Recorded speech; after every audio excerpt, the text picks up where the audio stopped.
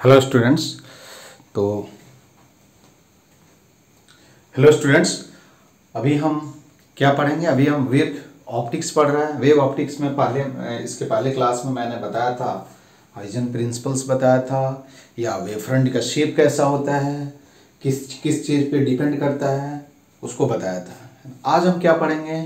Interference of light के बारे में पढ़ेंगे। लाइट वेव, हम लोग जब साउंड पढ़ रहे थे तो वहाँ हम लोगों ने पढ़ा था कि इंटरफेरेंस ऑफ मैकेनिकल वेव क्या होता है ना। और फिर उसके बाद हमने देखा था कि जब क्या होगा कि इंटरफेरेंस ऑफ साउंड जब होता है या इंटरफेरेंस ऑफ वेव होता है तो किसी पॉइंट पे क्या होता है, इंटेंसिटी अपने को मैक्सिमम मिलता है, किसी पॉइंट पे इंटेंसिटी मिनिमम मिलता है। जो रिजल्टेंट इंटेंसिटी होता है वो क्या होता है कि sum of intensity of individual interfering waves जो होते हैं उनसे क्या होता है, अलग होता है। उसी के बारे में हम पढ़ेंगे। और इसमें मोस्ट इंपॉर्टेंट जो चीज पढ़ना है आपने क्या पढ़ना है, YDS young double slits experiment.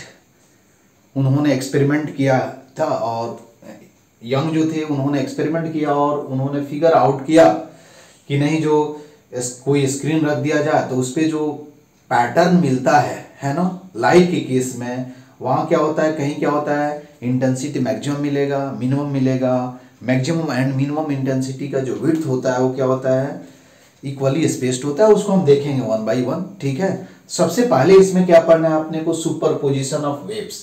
Superposition of waves में ऑलरेडी हम देख चुके हैं। देखो क्या है कि इसमें होता क्या है मैं बता देता हूं आपको, और क्योंकि सब चीज इसी पे डिपेंड कर रहा है। सुपरपोजिशन ऑफ वेव, जैसे मान लो कि ये क्या है, कोई पॉइंट है P और एक हम लोग जनरल वेव पढ़ लेते हैं, ठीक है। तो यहाँ क्या है, एक वेव सोर्स है S1, यहाँ क्या है S2, एंड ऐसे क्या है n नंबर ऑफ सोर्स है Sn। हम लाइट पढ़ रहे हैं तो हम लाइट कंसीडर कर लेंगे। मान लो कि यहाँ क्या है, लाइट जो सोर्स प्रोड्यूस कर रहा है, source S1, S2, S3 and so on. यहाँ से एक वेव क्या होगा, जनरेट होगा और वो क्या होगा, यहाँ पहुंचेगा, ठीक है। इसको हमने मान लिया Y1।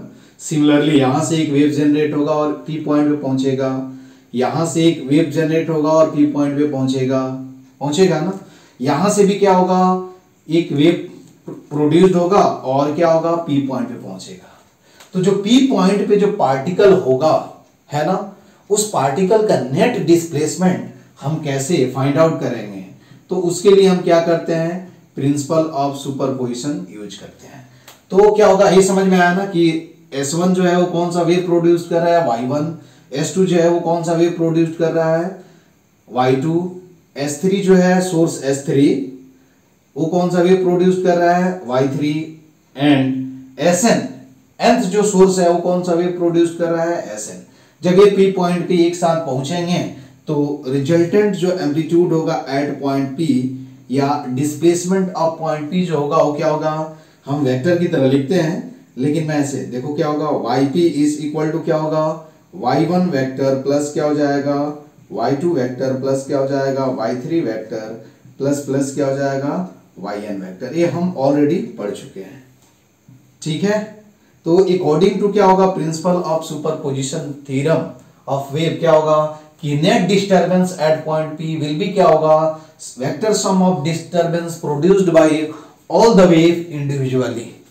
जितने भी वेव्स यहां पहुंचेंगे इस पॉइंट पे P पे जो पार्टिकल होगा उसका नेट डिस्टर्बेंस क्या होगा या नेट डिस्प्लेसमेंट क्या होगा, उसको हम कैसे फाइंड आउट करेंगे, वेक्टोरियली क्या करेंगे, सभी के द्वारा क्या करेंगे, इस पॉइंट पे डिस्प्लेसमेंट लिखेंगे और फिर क्या करेंगे, उसको वेक्टोरियली ऐड कर देंगे तो नेट डिस्प्लेसमेंट मिल जाएगा। दिस इज कॉल्ड क्या होगा, प्रिंसिपल ऑफ सुपरपोजिशन ऑफ क्या होगा, वेव। एक चीज यहां ध्यान देना है कि ठीक है, अब हम क्या करेंगे कि यदि टू वेव्स हो, जनरली अपने को टू वेव्स ही पढ़ना है, तो देखो यहां क्या होगा और क्या होगा, टू वेव्स। जैसे मान लो कि ये क्या है, पॉइंट P है और एक सोर्स क्या है S1 यहां है, दूसरा लाइट सोर्स हम कंसीडर कर ले रहे हैं, क्या है, लाइट सोर्स, क्योंकि साउंड सोर्स लाइट सोर्स, और एक लाइट सोर्स कहां है, यहां है, ठीक है। अब ये क्या है, लाइट वेव प्रोड्यूस कर रहा है, तो किसी टाइम t क्या होगा, ये प्रोड्यूस कर रहा है, इसका जो y1 है, ठीक है, और ये क्या होगा, y1 इज इक्वल टू क्या, x1 t, और दिस विल बी क्या होगा, y2 x2 कॉमा टी। समझ में आया ना? आई मीन ये क्या हुआ कि जो सोर्स S है वो किसी टाइम t क्या होगा, ये y1 वेव प्रोड्यूस कर रहा है और एट द सेम टाइम क्या होगा, S2 जो है वो क्या है, y2 वेव प्रोड्यूस कर रहा है। तो इस केस में yp और y इसको हम यदि कंसीडर कर लें, देखो ये क्या है y1, हम ये मान लें कि क्या हो जाएगा, y1 इज इक्वल टू क्या है a1, ठीक है, a1 sine of omega t, omega 1t minus क्या होगा k1 x1 प्लस हम मान लेते हैं phi1, ठीक है, और दिस विल भी क्या होगा a2 साइन ऑफ क्या होगा omega 2t minus k2 x2 plus क्या होगा phi2। ये दो वेव्स हैं, ठीक है, दो सोर्स हैं। अब क्या होगा कि देखो कभी कभी पूछा जाता है कि कोहेरेंट सोर्स का मतलब क्या होगा, है ना। अगला पॉइंट क्या है कि कोहेरेंट सोर्स, इसको लिख लो कोहेरेंट सोर्स। कोई जरूरी नहीं है कि 2 ही हो, मोर देन 2 भी हो सकता है, तो लेकिन हम 2 ही कंसीडर करते हैं, ठीक है। तो कोहेरेंट सोर्स ऑफ लाइट का मतलब क्या होता है उसको मैं बता रहा हूं। अब देखो यहां यदि फेज डिफरेंस लिखोगे दोनों सोर्स के बीच, तो फेज डिफरेंस डेल्टा फाई यदि आप लिखना चाहो तो कैसे लिखोगे, देखो तो क्या लिखोगे, फेज डिफरेंस हम कैसे लिखते हैं, दोनों के बीच का क्या लिखते हैं, एंगल डिफरेंस लिखते हैं। तो क्या होगा बताओ, देखो तो ओमेगा 1 t माइनस क्या होगा k1 x1, ठीक है, प्लस क्या हो जाएगा phi1 माइनस क्या हो जाएगा ओमेगा 2t माइनस क्या हो जाएगा k2 x2, ठीक है, प्लस क्या हो जाएगा प्लस phi2, ठीक है। इसको सिंप्लीफाई करो तो लिख सकते हो ओमेगा 1 माइनस ओमेगा 2 इंटू क्या हो जाएगा t, प्लस यहां क्या लिख सकते हो k2 माइनस क्या होगा k2 x2, क्या होगा k2 x2 माइनस क्या होगा k1 x1, ठीक है, प्लस देखो क्या होगा phi1 माइनस क्या होगा phi2। phi1 phi2 क्या है, इनिशियल फेज डिफरेंस है। देखो यहां हम लिख सकते हैं, इसको हम लिख देते हैं phi नट इक्वल टू क्या होगा phi1 माइनस क्या होगा phi2। This is called initial phase difference, ठीक है। क्योंकि ये पूछा जाता है कि जो इंटरफेरेंस होता है, इंटरफेरेंस के लिए क्या कंडीशन होना चाहिए, और वहां भी बताया था, ठीक है। तो इनिशियल फेज डिफरेंस, अब इसको लिख सकते हो तो डेल्टा फाई ऐसे भी लिख सकते हैं। देखो क्या होगा कि ओमेगा 1 माइनस क्या होगा ओमेगा 2t प्लस क्या होना चाहिए k2 x2 माइनस क्या होगा k1 x1 प्लस क्या हो जाएगा डेल्टा फाई या फाई नट, ठीक है, हमने क्या लिख दिया फाई नट। ये फेज डिफरेंस हो जाएगा, फेज डिफरेंस हो गया ना। तो कोहेरेंट सोर्स के लिए क्या होना चाहिए, फेज डिफरेंस क्या होना चाहिए, for coherent source phase difference क्या होना चाहिए,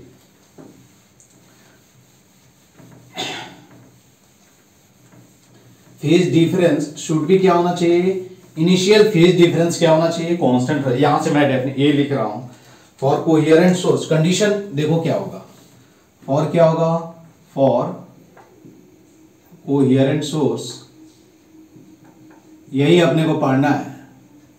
कोहेरेंट सोर्स क्या होना चाहिए, पहला तो होना चाहिए क्या होना चाहिए, फर्स्ट में क्या होना चाहिए, initial phase difference between two waves, between क्या होगा, between y1 x1 comma t1 and क्या होना चाहिए y2 x2 कॉमा t2, क्या होना चाहिए t2 मस्ट भी क्या होना चाहिए कांस्टेंट। ये याद रखना है, मस्ट बी कांस्टेंट। ये बोर्ड में भी तुमसे पूछा जाएगा, ठीक है। इसका मतलब क्या हुआ, phi naught is equal to क्या है phi1 minus phi2 is equal to क्या होना चाहिए कांस्टेंट।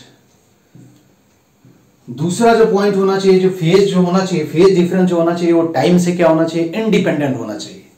दूसरा जो पॉइंट है क्या होना चाहिए, फेज डिफरेंस बिटवीन क्या होना चाहिए, phase difference at any time t must be independent with the time.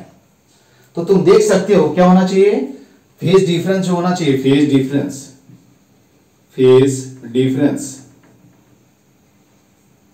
Between क्या होगा, two waves, phase difference y1, phase difference between क्या होगा, y1 x1 comma t1 and क्या होगा y2 x2 कॉमा क्या होगा t2 does not depend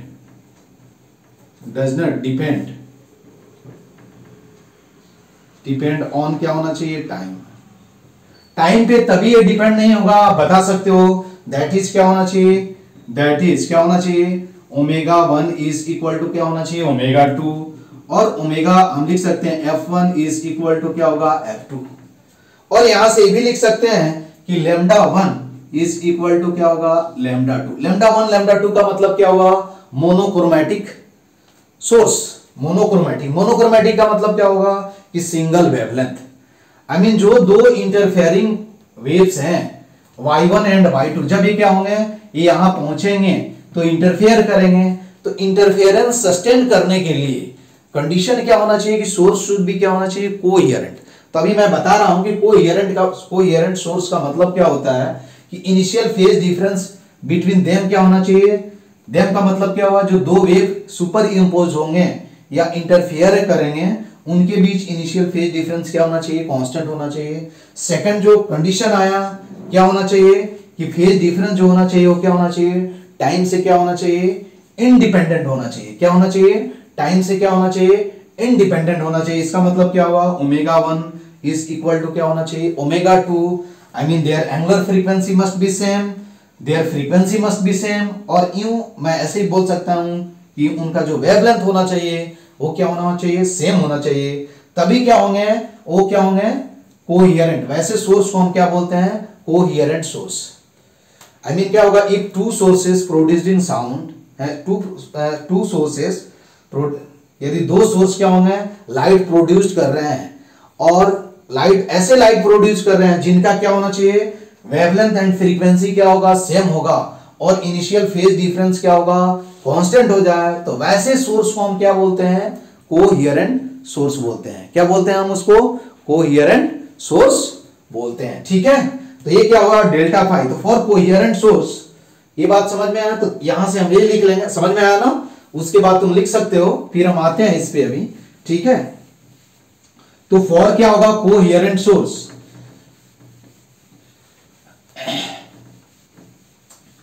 phase difference कितना हो जाएगा बता सकते हो कि delta phi is equal to क्या हो जाएगा, देखो ध्यान से, क्या हो जाएगा, ओमेगा 1 माइनस ओमेगा 2, तो जीरो हो जाएगा। क्या हो जाएगा, K2 क्या हो जाएगा, K2 माइनस K1 इंटू क्या हो जाएगा, नहीं हमने गलत लिख दिया, K2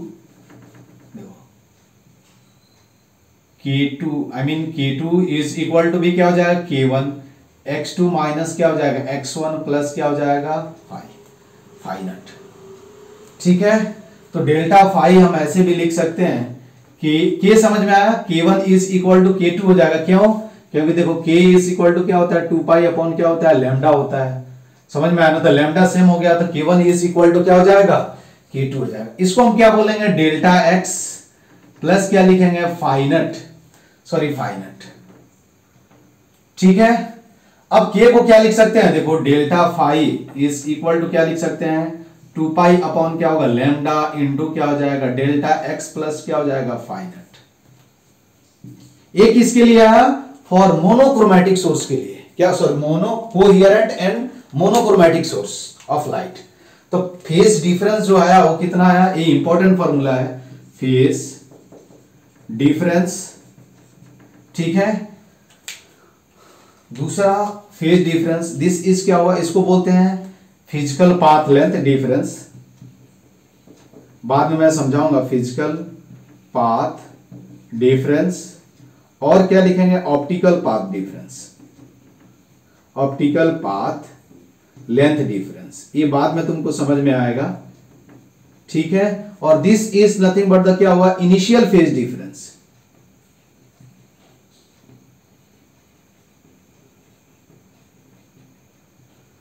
phase, initial phase difference.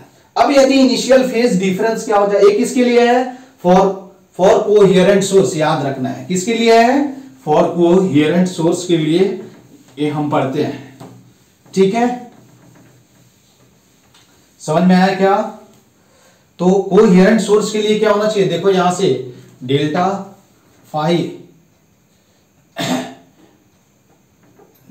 Phi is equal to क्या होगा, 2 पाई अपॉन क्या हो जाएगा, लैम्डा इंटू डेल्टा एक्स, ठीक है। तो ये हम पढ़ चुके, ये कब होगा, if phi naught is equal to क्या होगा, 0, I mean initial phase difference क्या हो जाए उनके बीच 0 होता है। दिस इज फेज डिफरेंस, इसकी जरूरत है, फेज डिफरेंस जो हम पढ़ चुके हैं, बहुत ही इंपॉर्टेंट है। ये क्या होगा, पाथ, सिंपल लिख देता हूं, पाथ लेंथ डिफरेंस, और this is nothing but the wavelength of क्या होगा, ऑफ लाइट यूज्ड, ठीक है, समझ में आया क्या। तो ये आपको, ये बहुत ही इंपॉर्टेंट रिजल्ट है VBI, क्योंकि इसका यूज हमने देखा था कि क्योंकि जब आप रिजल्टेंट इंटेंसिटी लिखेंगे तो क्या हो जाएगा, डेल्टा फाई पे डिपेंड करेगा, और डेल्टा फाई किस पे डिपेंड करेगा, पाथ लेंथ डिफरेंस पे, ठीक है। पाथ लेंथ डिफरेंस क्या होता है वो हम ऑलरेडी पढ़ चुके हैं, ठीक है। तो कोहेरेंट सोर्स का मतलब क्या होगा कि वैसे सोर्स जो क्या हो, लाइट प्रोड्यूस कर रहे हैं, I mean if the light produced, या ये प्रोड्यूस्ड बाय क्या होगा, ऑल द सोर्सेस, है ना, आर अब क्या होगा, same frequency and same wavelength, then such source is called coherent source, ठीक है। तो ये याद रखना है, delta phi is equal to क्या होगा, 2 पाई अपॉन लैम्डा इंटू क्या होगा, डेल्टा एक्स।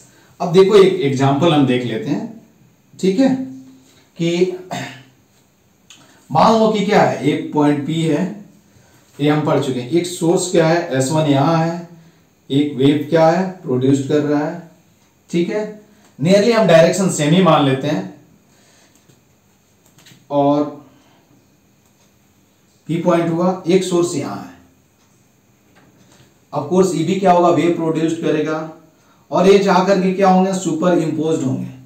इसका जो इक्वेशन है देखो, ये y1 इज इक्वल टू हम लिख रहे हैं A साइन ऑफ क्या होगा, ओमेगा t माइनस क्या होगा, K x1, ठीक है। और एक जो अभी हम सोर्स कौन सा कंसीडर कर ले, देखो जैसे ही हमने ओमेगा और K सेम लिखा दोनों के लिए, तो एक कंडीशन ये वैलिड हो गया कि दोनों क्या होंगे, कोहेरेंट सोर्स हो गए, ठीक है। तो y2 इज इक्वल टू क्या होगा, y2 is equal to A2 sine of क्या होगा, omega t minus K x2, ठीक है। अब देखो ऑफकोर्स क्या होगा, इस पॉइंट पे जाने के लिए इस वेव को जितना डिस्टेंस ट्रेवल करना होगा सेम टाइम में, देखो तो ये इतना डिस्टेंस, ये क्या है तुम्हारा x1 हो गया, समझ में आया ना। तो ये डिस्टेंस क्या हो जाएगा, यहां से परपेंडिकुलर ड्रॉ कर दोगे तो आपको मालूम हो जाएगा कि ये क्या हो जाएगा, दिस विल बी क्या होगा, x1, ठीक है, और ये कितना हो जाएगा, सिंपल क्या हो जाएगा, डेल्टा x। तो हम बोल सकते हैं दिस इज x1, तो x2 इज इक्वल टू क्या होगा, x1 प्लस क्या हो जाएगा, डेल्टा x। तो यहां से हम ऐसे भी लिख सकते हैं, देखो y1 इज इक्वल टू क्या मिला, a sine of omega t minus क्या होगा, kx, ठीक है, समझ में आया ना। तो उसके बाद x2 इज इक्वल टू क्या लिख सकते हो, देखो ठीक है, ये x हमने लिखा, यदि हमने क्या मान लिया, इसको x माना, तो ये कितना हो जाएगा, देखो तो चलो बाद में हम लिख देते हैं, ठीक है। यहां से भी देखो हमने क्या माना है, यदि x1 इज इक्वल टू क्या होगा, x, तो x2 इज इक्वल टू क्या हो जाएगा, x प्लस क्या हो जाएगा, डेल्टा x हो जाएगा। तो हमने यहां ये माना, तो y2 इज इक्वल टू क्या होगा, वेयर x क्या है, x इज द डिस्टेंस क्या होगा, या पाथ लेंथ ट्रेवल बाय क्या होगा, wave 1, x plus delta x क्या है, डिस्टेंस ट्रेवल बाय द क्या होगा, wave 2 while reaching at point P at the same time. यहां से यहां इसको जाने में और यहां से यहां इसको जाने में, इसको इतना डिस्टेंस ट्रेवल करना पड़ेगा और इसको क्या होगा, इतना डिस्टेंस ट्रेवल करना पड़ेगा, आई मीन S1P और S2P, ठीक है।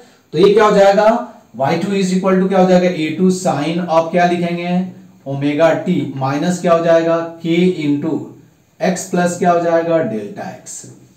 ठीक है, समझ में आया ना। अब देखो यहां ऐसे भी लिख सकते हैं फेज डिफरेंस, कोई पूछे देखो तो इसको ऐसे भी लिख सकते हैं, क्या लिख सकते हैं, y2 is equal to a1 sine a2 sine क्या लिखेंगे, ओमेगा टी माइनस के एक्स माइनस क्या हो जाएगा, के डेल्टा एक्स। सही है, कोई डाउट नहीं है। और इसको हम क्या लिख सकते हैं, देखो ध्यान से, y2 इज इक्वल टू क्या होगा, a2 sine of omega T minus के x minus delta phi. Delta phi क्या हो गया, delta phi is nothing but the क्या हो जाएगा, देख लो ध्यान से क्या होगा, तुम बता सकते हो फेज डिफरेंस बिटवीन क्या होगा, y1 एंड y2। वेयर, समझ में आया ना। तो वेयर देखो तो delta phi is equal to क्या होगा, 2 पाई अपॉन क्या होगा, लैम्डा इंटू क्या हो गया, डेल्टा एक्स। डेल्टा एक्स क्या है, पाथ डिफरेंस। पाथ डिफरेंस क्या होगा, s2p माइनस क्या होगा, s1p। यहां लिख सकते हैं 2 पाई अपॉन क्या होगा, लैम्डा इंटू क्या लिखेंगे, s2p माइनस क्या हो जाएगा, s1p। ये बाद में हम दिस इज कॉल्ड क्या होगा, फेज डिफरेंस। अब हमने क्या किया, phase difference path difference calculate कर लिया। ठीक है, हमेशा इसको यूज करना है। अब क्या होगा कि जब ए वेव क्या होंगे, देखो ध्यान से, जब a wave I mean y1 and y2 p point पे क्या होंगे, सुपर इंपोज्ड होंगे, तो अपने को क्या मिलेगा, एक रिजल्टेंट वेव मिलेगा। क्या मिलेगा, रिजल्टेंट वेव। अब रिजल्टेंट वेव क्या होगा, नाउ क्या होगा, नाउ अकॉर्डिंग टू क्या होगा, अकॉर्डिंग टू सुपरपोजिशन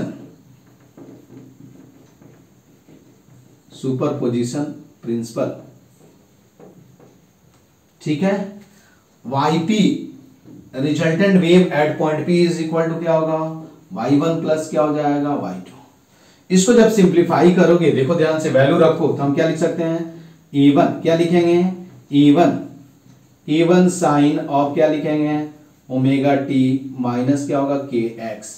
ठीक है, plus a2 sine of omega T minus क्या होगा, के एक्स माइनस क्या होगा, minus delta phi. Delta phi क्या है, याद रखना है, फेज डिफरेंस है। डेल्टा फाई क्या है, फेज डिफरेंस है। इसको सिंप्लीफाई करोगे, अब मुझे क्या करना है कि रिजल्टेंट इंटेंसिटी, रिजल्टेंट एम्पलीट्यूड क्या होगा, आई मीन रिजल्टेंट वेव क्या होगा, उसका इक्वेशन लिखना है।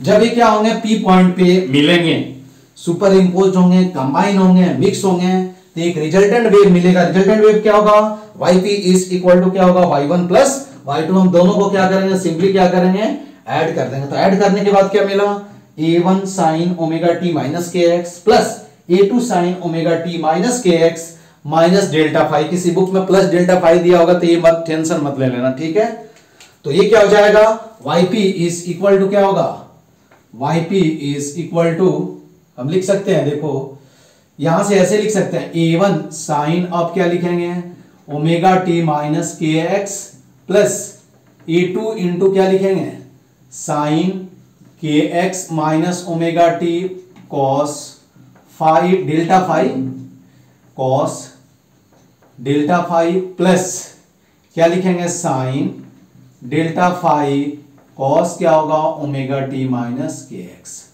ठीक है, अब ये yp इज इक्वल टू क्या होगा, a1 साइन ऑफ क्या होगा, ओमेगा टी माइनस के एक्स प्लस क्या होगा, a2।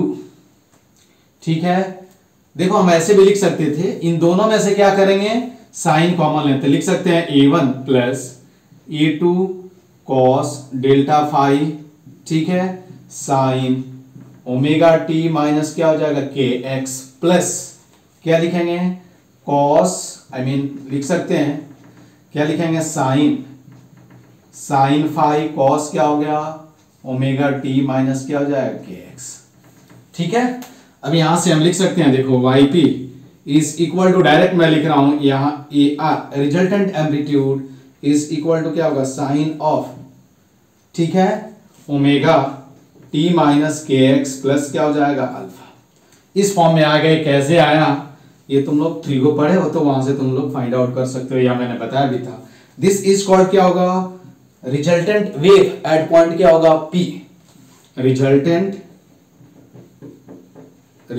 वेव एट पॉइंट क्या होगा P। दिस इज क्या होगा, amplitude of resultant wave, amplitude of क्या होगा रिजल्टेंट वेव एट P। ठीक है, समझ में आया। अब ए आर का वैल्यू क्या होगा, देखो यहां से A R is equal to क्या होगा E1 square plus E2 square plus 2 E1 E2 cos delta phi.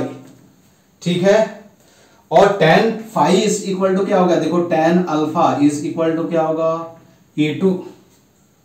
ठीक है, हमने यहां E2 छोड़ दिया होगा, E2 देखो तो E2 sine phi delta phi upon क्या होगा E1 plus E2 cos delta phi.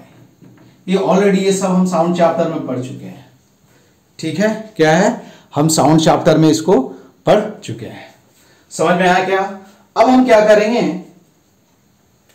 अब देखो यहां से तुमको ये मालूम चल जाएगा कि रिजल्टेंट एम्पलीट्यूड जो है वो क्या चीज पे डिपेंड कर रहा है, क्या चीज पे डिपेंड कर रहा है, फेज डिफरेंस पे।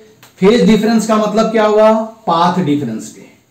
आई मीन दो जो सुपर इंपोजिंग वेव है या इंटरफेयरिंग वेव है उनके बीच पाथ लेंथ डिफरेंस क्या है और फेज डिफरेंस क्या है, उस पे क्या है, क्या चीज भी डिपेंड कर रहा है, रिजल्टेंट एम्पलीट्यूड डिपेंड कर रहा है। तो रिजल्टेंट एम्पलीट्यूड ये इंपॉर्टेंट फॉर्मूला है। देखो A R is equal to क्या होगा A1 स्क्वायर प्लस क्या हो जाएगा A2 square plus 2 A1 A2 cos क्या होगा डेल्टा फाई, और tan alpha is equal to A2 sine of delta phi upon क्या हो जाएगा A1 plus A2 cos of delta phi. ठीक है, तो ये दो जो रिजल्ट है ये इंपॉर्टेंट रिजल्ट हैं जो हम लोग आगे भी पढ़ेंगे। ठीक है, समझ में आया ना। अब देखो यहां से क्या, जैसे एक एग्जांपल देख लो, है ना। तो आपको एग्जांपल दिया हुआ है कि मान लो कि क्या है, ये sound wave S1 sorry light wave S1 और S2 है। ठीक है, एक जगह कहीं क्या है सुपर इम्पोज हो रहे हैं P पॉइंट पे। इसका कुछ इक्वेशन दिया हुआ है, देखो ए y1 इज इक्वल टू क्या होगा A साइन ऑफ क्या है, या A1 साइन ऑफ क्या है ओमेगा टी माइनस के एक्स प्लस 60 डिग्री। ठीक है, और ये क्या है y2 इज इक्वल टू क्या है A2 साइन ऑफ क्या होगा ओमेगा टी माइनस क्या हो जाएगा के एक्स प्लस क्या होगा 90 डिग्री। ठीक है, अब आपसे कोई पूछे कि रिजल्टेंट एम्पलीट्यूड बताओ तो क्या बताओगे, देखो रिजल्टेंट एम्पलीट्यूड क्या होगा, इन दोनों के बीच क्या होगा फेज डिफरेंस, डेल्टा फाई क्या है फेज डिफरेंस है, और इक्वेशन लिखना है तो हम ऐसे लिख सकते हैं। ठीक है, तो ए आर जो होगा वो क्या होगा square root of A1 square plus A2 square plus 2 A1 A2 cos delta phi. Delta phi क्या है फेज डिफरेंस बिटवीन क्या होगा wave y1 and y2 which are interfering at point P और superimposing at point P। ठीक है, तो net जो क्या होगा रिजल्टेंट एम्पलीट्यूड जो होगा ये क्या होगा, तो ए आर का हम फॉर्मूला लिख सकते हैं। देखो यहां क्या लिख सकते हो, delta phi is equal to क्या होगा 30 डिग्री होगा, क्या डेल्टा फाई 30 डिग्री हो गया। अब हम रिजल्टेंट एम्पलीट्यूड का क्या करेंगे फॉर्मूला लिखेंगे। तो रिजल्टेंट एम्पलीट्यूड का जो फॉर्मूला होगा वो क्या होगा बता सकते हो, क्या होगा रिजल्टेंट एम्पलीट्यूड का फॉर्मूला क्या है स्क्वायर रूट ऑफ क्या है A R is equal to क्या है square root of A1 square plus क्या है A2 square plus 2A1 A2 into cos of delta phi. Delta phi क्या है तुम्हारा 30 डिग्री है, तो हम वैल्यू रख देंगे। तो A1 स्क्वायर प्लस क्या हो जाएगा A2 square plus 2A1 A2 cos of 30 degree. तो तुमको रिजल्टेंट वेव मिल जाएगा, क्या मिलेगा A1 square plus A2 square plus कितना हो जाएगा √3 A1 A2। ठीक है, और यदि A1 A2 का वैल्यू सेम हो जाएगा, तो यहां से समझ में आया ना cos 30 कितना होता है, ठीक है, cos 30 कितना होगा, cos 30 कितना हो जाएगा, √3/2 होता है, ठीक है। अब देखो यहां से हम तो ये तुम्हारा क्या होगा, रिजल्टेंट एम्पलीट्यूड हो गया। उसके बाद हम यदि कंसीडर कर लें कि क्या होगा, इफ क्या होगा, इफ देखो तो if A1 is equal to क्या होगा, A2 इज इक्वल टू क्या हो जाएगा A, तो क्या हो जाएगा, resultant amplitude AR is equal to क्या हो जाएगा, देखो A² plus A² plus 2A² cos of क्या होगा, डेल्टा फाई। अभी हम आते हैं इन, उसके बाद AR इज इक्वल टू क्या लिखेंगे,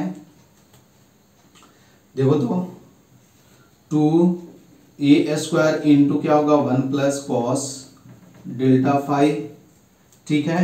इसको ऐसे भी लिख सकते हैं, AR इज इक्वल टू क्या लिख सकते हैं, 2A इंटू क्या होगा cos of delta phi by क्या हो जाएगा 2, तो ये रिजल्टेंट एम्पलीट्यूड हो गया। क्या हो जाएगा, रिजल्टेंट एम्पलीट्यूड का फॉर्मूला कब, जब दोनों का एम्पलीट्यूड क्या हो जाएगा, सेम हो जाएगा। अदरवाइज ये तुम जानते हो कि क्या होगा, फेज डिफरेंस कैलकुलेट कर लो, फेज डिफरेंस कैलकुलेट करके और फिर क्या करेंगे हम, वैल्यू रख देंगे, समझ में आया ना। तो यहां क्या होगा, डेल्टा फाई क्या होगा, डेल्टा फाई जो है क्या है, delta phi is equal to, मैंने लिखा भी था, delta phi is equal to क्या लिखना, 2 अपॉन क्या होगा लैम्डा इंटू डेल्टा एक्स।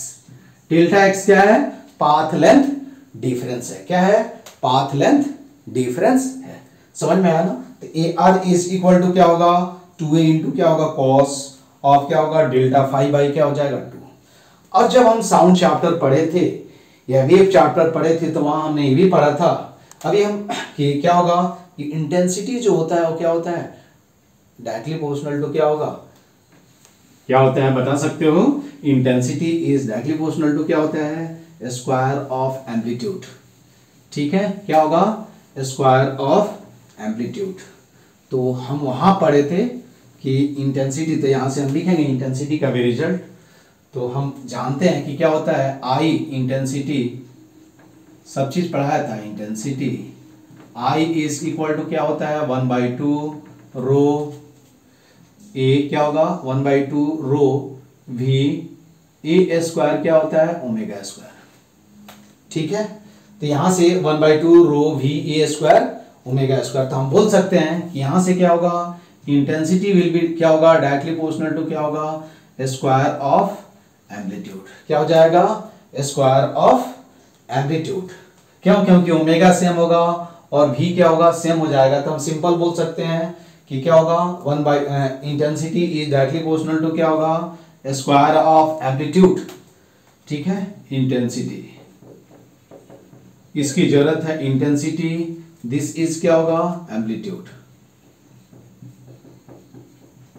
समझ में आया क्या। अब हम लिख सकते हैं, देखो ध्यान से, हम ऐसे लिख सकते हैं क्या, नाउ क्या लिख सकते हैं कि देखो तो AR square is equal to क्या है, A1 स्क्वायर प्लस क्या होगा A2 square plus 2A1 A2 cos of क्या होगा डेल्टा फाई, सही है, कोई डाउट नहीं है इसमें। हम ये भी लिख सकते हैं, देखो इसको क्या लिख सकते हैं, सम कांस्टेंट, हम भी लिख सकते हैं इसको, देखो तो इसको क्या लिख सकते हैं IR कांस्टेंट, क्योंकि हर जगह कैंसिल हो जाएगा, क्या लिखेंगे, अरे यहां से देखो IR is equal to CA square AR square, I1 is equal to क्या होगा CA1 square, I2 is equal to क्या होगा CA2 स्क्वायर, समझ में आया ना, ठीक है। तो हम डायरेक्ट इधर लिख दे रहे हैं A2 स्क्वायर, है ना। तो यहाँ क्या होगा, देखो I1 प्लस क्या हो जाएगा I2 प्लस 2 रूट क्या होगा 2 रूट I1 रूट क्या हो जाएगा I2 कॉस ऑफ क्या होगा डेल्टा फाई, ठीक है। तो यहां क्या हो जाएगा, देखो क्या होगा IR का मतलब क्या होगा, रिजल्टेंट इंटेंसिटी। जब दो वेव क्या होंगे इंटरफेयर करेंगे तो ये क्या होगा, रिजल्टेंट वेव मिलेगा जिसका इंटेंसिटी क्या होगा दोनों इंटरफेयरिंग वेव के सम से क्या होगा अलग होता है। तो इस प्रोसेस को हम क्या बोलते हैं, या इस फेनोमेनन को हम क्या बोलते हैं, इंटरफेरेंस बोलते हैं।